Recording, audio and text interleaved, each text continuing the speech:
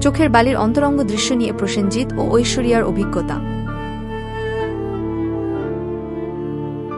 প্রসেনজিৎ চট্টোপাধ্যায় এবং ঐশ্বরিয়া রায় অভিনীত ঋতুপর্ণ ঘোষের পরিচালিত চোখের বালি সিনেমাটি 2003 সালে মুক্তি পায়।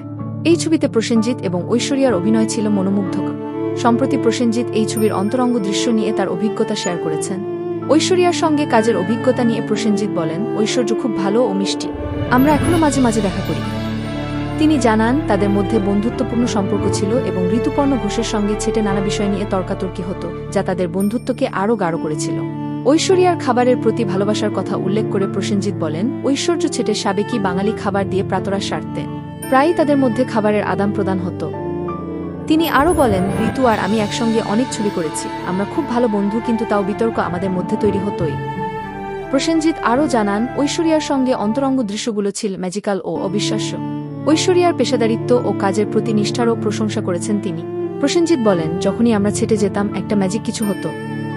প্রসেনজিৎ ঐশ্বরিয়ার স্বামী অভিষেক বচ্চনেরও প্রশংসা করেন। তিনি বলেন, অভিষেক আমার দেখা সবচেয়ে মিষ্টি ছেলেদের মধ্যে একজন। তারা দুজনেই খুব ভালো। সর্বশেষ খবর পেতে আমাদের সঙ্গেই থাকুন। ধন্যবাদ।